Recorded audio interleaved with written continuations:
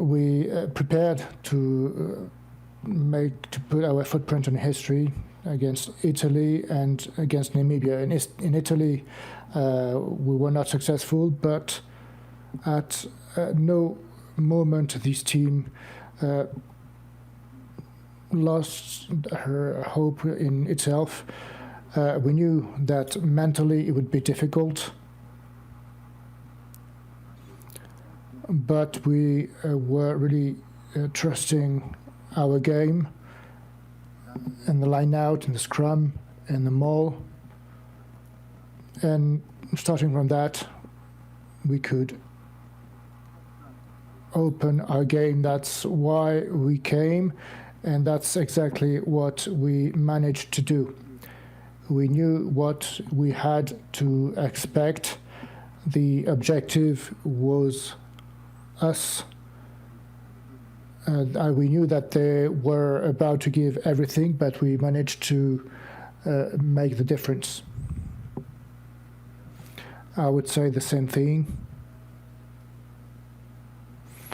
Obviously, it was our first match as a number one team, and well, everything that it involves in such a match.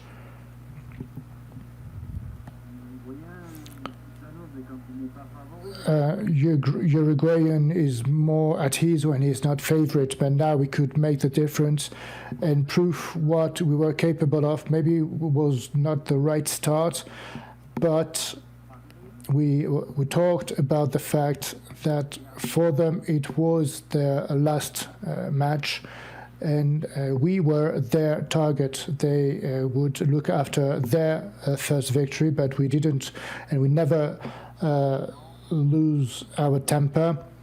We never lost our temper. I think we were losing by at halftime, but we knew that it was due to our mistakes and that we had to modify that to manage and go for victory. Our leaders motivated us back, and we managed to show another game, other skills, and then Namibia lost their discipline, and we managed to have our opportunities. Our forwards did a really fantastic and great job today. The week was really tough. They played against Italy, but what did you work? Or did you change some strategies? Did you change any strategies? And now against the All Blacks, how do you project yourselves at a mental level, especially? The mental and the awareness of the situation, that's the most important thing, to know where we were exactly. We lost against Italy and we became favorite.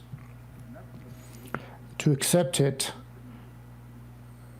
and to maintain this pressure, we sat in our own place. We had to accept this pressure, and we had to play with this pressure, under pressure. My forwards were fantastic. They did a great job and they helped a lot. But we knew where we were. We could identify that, and we could work on that basis. Even though we had lost, and because we wanted to win, we were a favorite, and we were responsible. We took 40 minutes. We were let score in the halftime, but the second halftime went really well.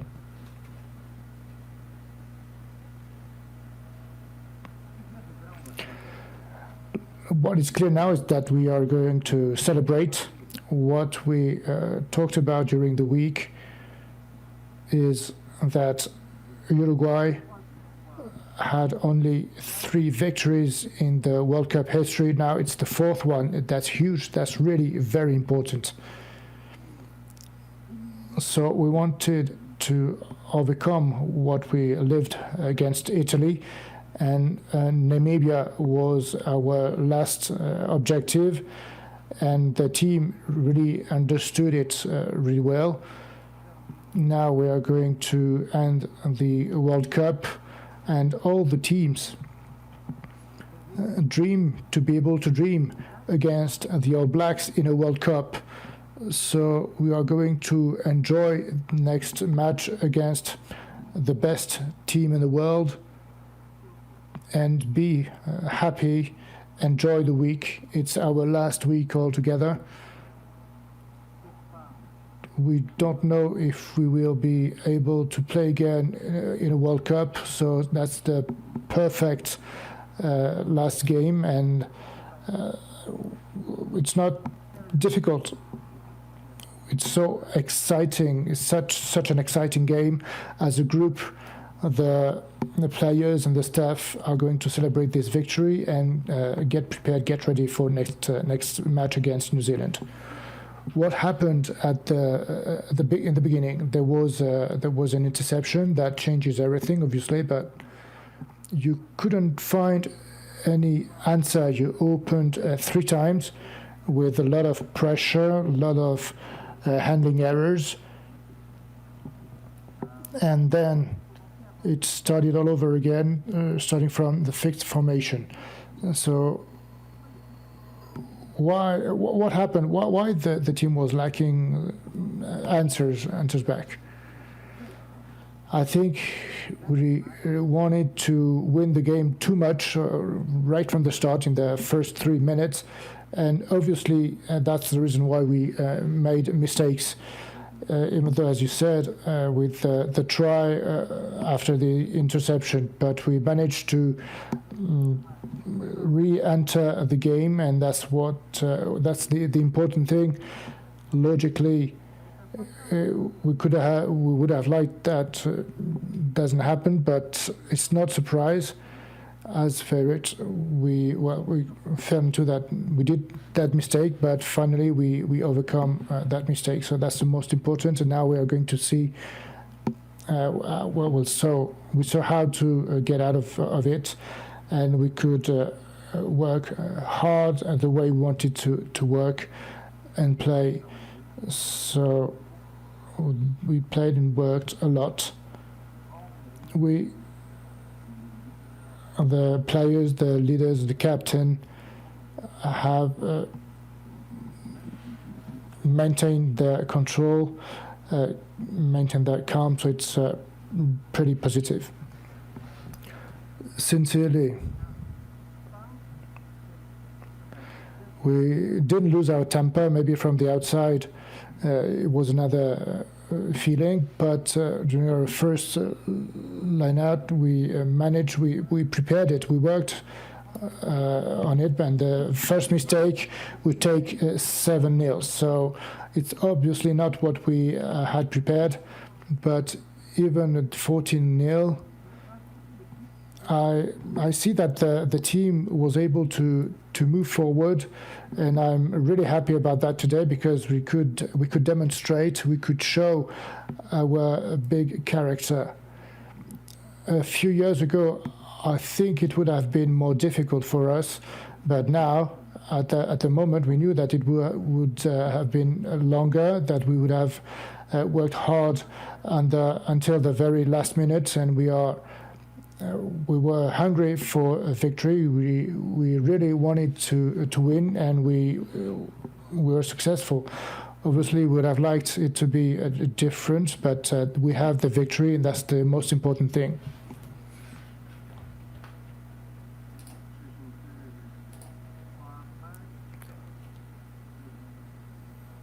You're in a process of growth. I could see that against France.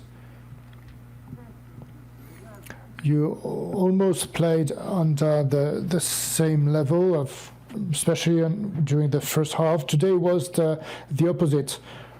So for every single match, what will you take away? What will help you to grow as a team? I think it shows that we are working well, working hard, and Uruguay is expressing his rugby. We wanted to win our two matches. We didn't manage that, but I think Uruguay is writing the history in this World Cup.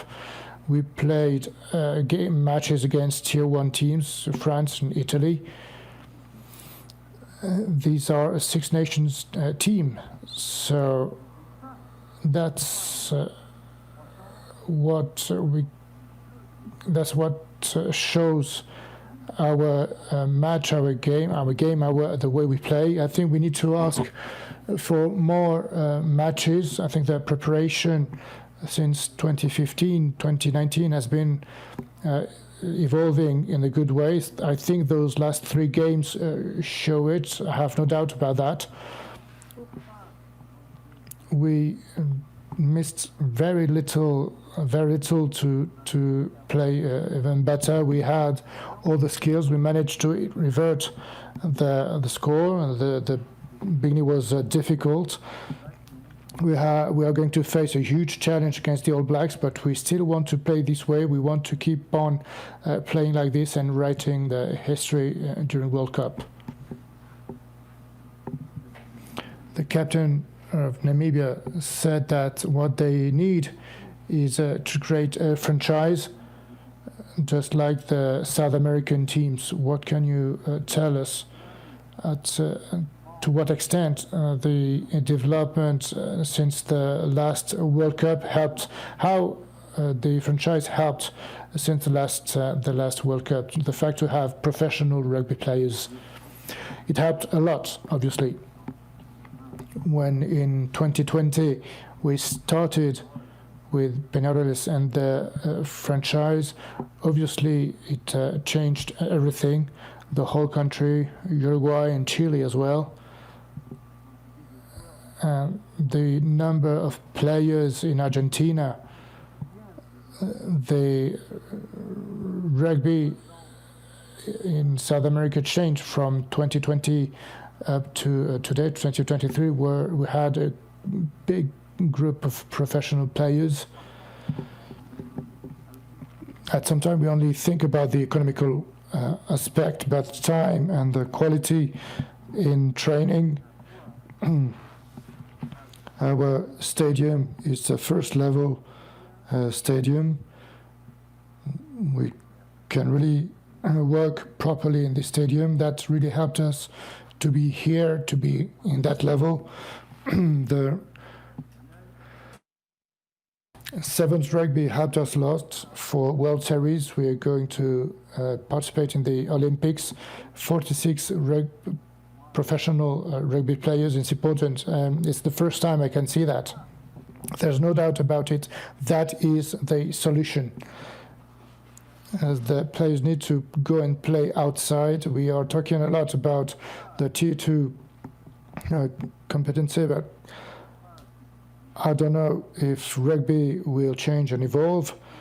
It sounds difficult to me, but I think we will have to find 2 solutions. Either the player will find a higher level, and so far so good, it's working fine.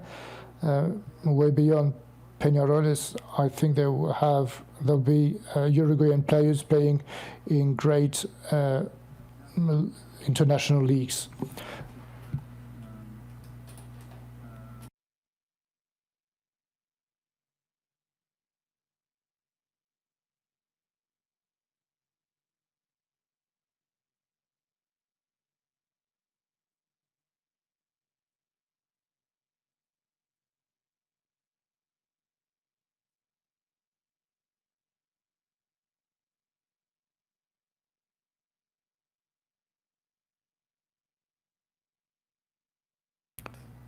Without any doubt, we knew that Namibia was playing its last match, and the possibility to win the match, it was their main goal. We knew that it would be hard, it would be tough.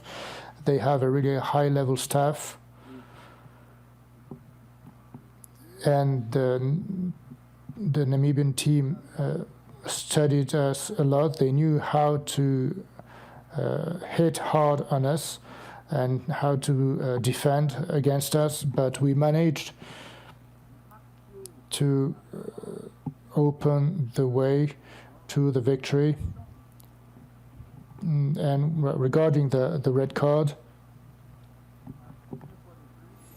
once again, there are three hits, three contacts with the head. It's a really difficult situation because we are working on that, because obviously it's about the players' health, and the health of the players is our main priority. We need to get rid of these kind of actions and situations.